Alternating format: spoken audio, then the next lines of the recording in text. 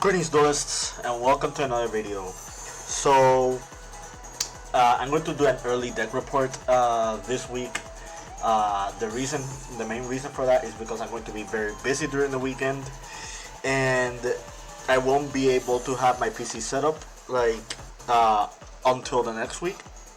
I did go to locals on the 25th of July, which equates to exactly 1 week into the release of Infinite Forbidden.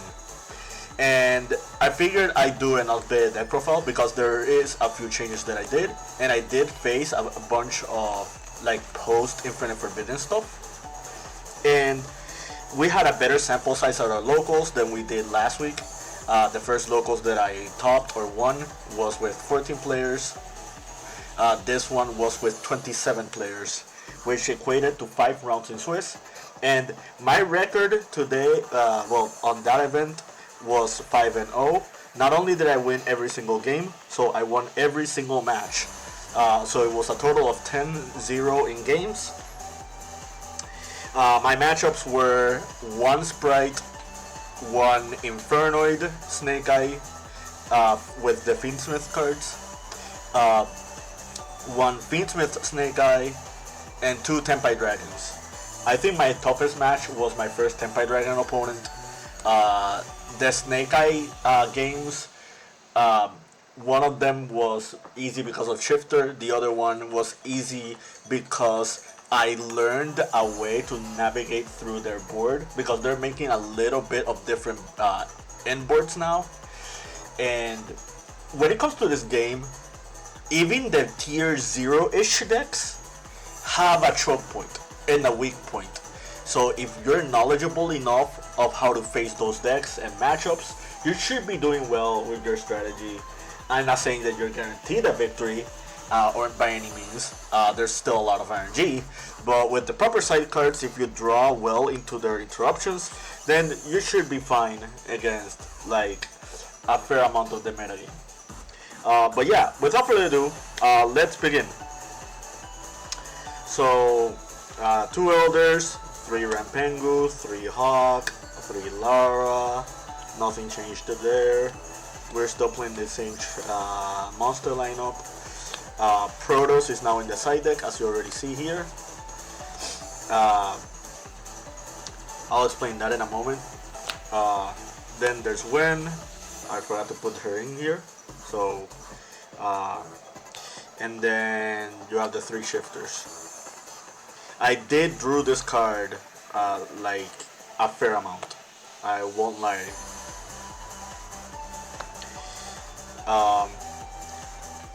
3 Inheritance, 3 Teleport, 3 Talents, 2 Eclipse, 3 Imperms, 3 Dominus Purge, Steed's Ambush, and the last new addition to the deck is Angel Statue. I am playing Silhouhatte Rabbit.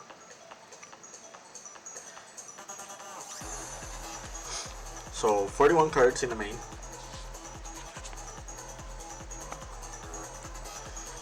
Two Kimon Falcos, you should always play 2. The Rabbit I mentioned, IP SP, Ulti Radiari, Appaloosa, Colossus, double Konohawk, playing different arts now. 2 Noku Dragos, a Paleo, Ulti Apelio, and Banshee.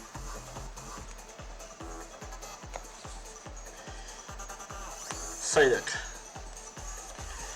Protoss, Droll, control cards. I'm playing Cosmic now, Duster, and Evenly. I never cited this in the entire event. Okay, so explanation time. Why is Protoss now in the side deck? So I saw the top 32 deck profile from Joshua McDonald from the North American WCQ, and he brought up how Colossus was way better than Protoss game 1 because you don't want to blind call Protoss in a format that isn't, that if despite it being fire monster dominated, is not like just fire relevant. So let's talk about Silhouhatte Rabbit. This was the best inclusion in my deck. So what does the rabbit do for us? The first thing the rabbit does is now we have a combo that does not fall to draw Lockbird. Now our pretty much our opening hands can pretty much contest against almost any amount of interruptions or hand traps. The other thing that Azurune does for us is with the rabbit is it gives us a way to deal with the Tenpai matchup a lot better. Sangen Summoning is a problem for this deck because outside of just flooding them out of the game like Protoss or Colossus, there are no real defensive cards that we can use to just stop their strategy. So having Rabbit the ability to just pop the Sangen Summoning is very helpful. It also deals with other cards like Branded Lost. If you ever end up playing against Ancient Gears, the Ancient Gear Fortress, like all those problematic spell and traps. Our new win condition is basically setting up these 3 traps alongside Rabbit and Colossus and sometimes IP. This is pretty much the end board that we're making. And what does this end board do for us? It gives us enough interruptions from IPSP. It floods our opponent from adding cards, so this stops a significant amount of like meta relevant decks. And this gives us interruptions that are not just monsters. This gives us follow-up guaranteed for next turn, even though we can set up for Ulti no Kudrago as follow-up. I don't need to explain Steeds. And yeah, this is what I've been doing all day. I did not get Nibiru'd once. Half of the games there where I tried to do this combo, I talented my opponent's hand to make sure that I didn't fall into like Nibiru range, and it worked out. Like I won a significant amount of games because of this setup. So would I keep doing this moving forward? I think Silhouhatte Rabbit is a really good addition to the deck. I spoke very highly on this card like for a while now. I think if you're playing a combo deck, you should really consider this card. One sad thing that I did learn is that this does conflict with Dimension Shifter. So because the Azurune has to send for cost, it does not tribute. So that is something to keep in mind. The other thing that Silhouhatte Rabbit does for us is that it makes it so you can Protoss for light monsters without needing to waste Lara. Or just like banish it for the Protoss without wasting any copies of Lara as well. Which is something that did come up once or twice. So Dominus Purge. We're going to keep talking about this card because it has been exactly 1 week by the time I played at locals. This card is not a bad card by any means. However, the biggest issue is I kept drawing this alongside drawing Lockbird or Dimension Shifter, and it just felt like a very win-more card. There is one game I won versus Infernoid where I opened both Purge and the Imperm, and basically what happened was I impermed the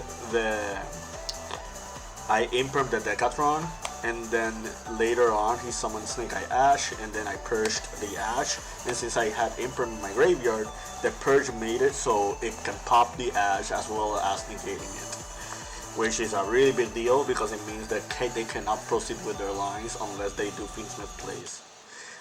This card was also very ideal and helpful because it prevented the Fiendsmith track from resolving, even under Appaloosa, which means it cuts off their lines to make Beatrice, which is very important because Beatrice is a very problematic card for this deck, especially if they dump the Black Throat Laughs. So moving forward, I think I'll keep playing Purge. It was not really one of the best cards by any means. I think the Statue Rabbit combo was way better. But another thing I like about Purge is that you can pair it up alongside Statue, so you can use Statue to negate, and then the Purge can become a stronger trap card because this is already in the spell and trap, like in the graveyard. I kind of missed playing a third Book of Eclipse.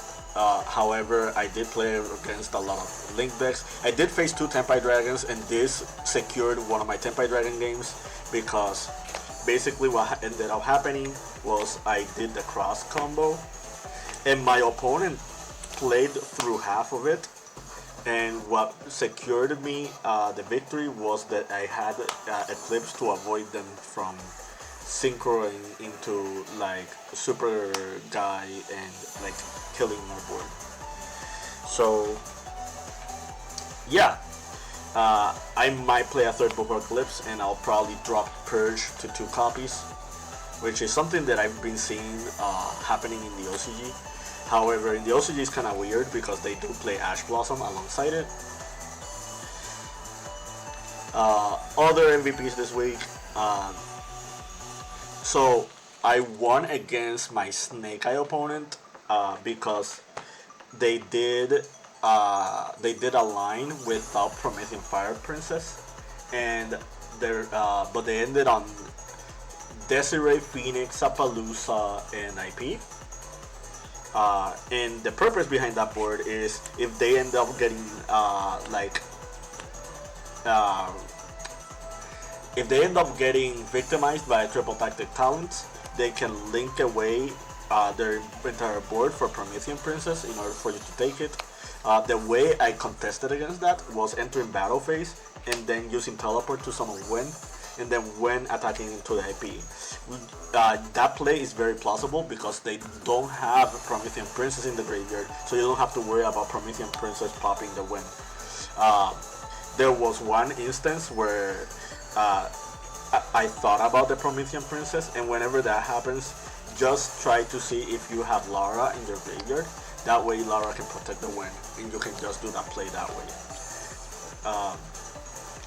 A lot of people will just let you enter the battle phase because they think they're safe because they have Desiree. But yeah, on that game I opened 2 teleports, so it worked out. Yeah, I think that's pretty much it.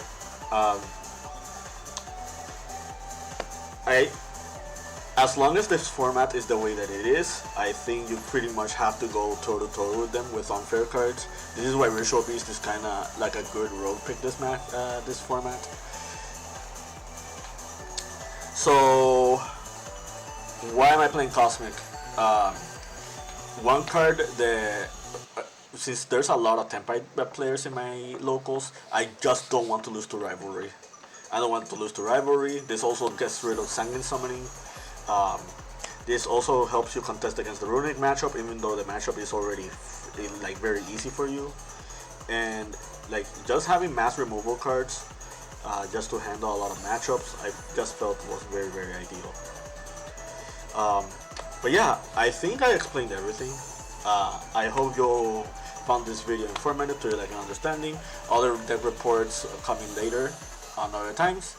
Keep practicing and keep dueling.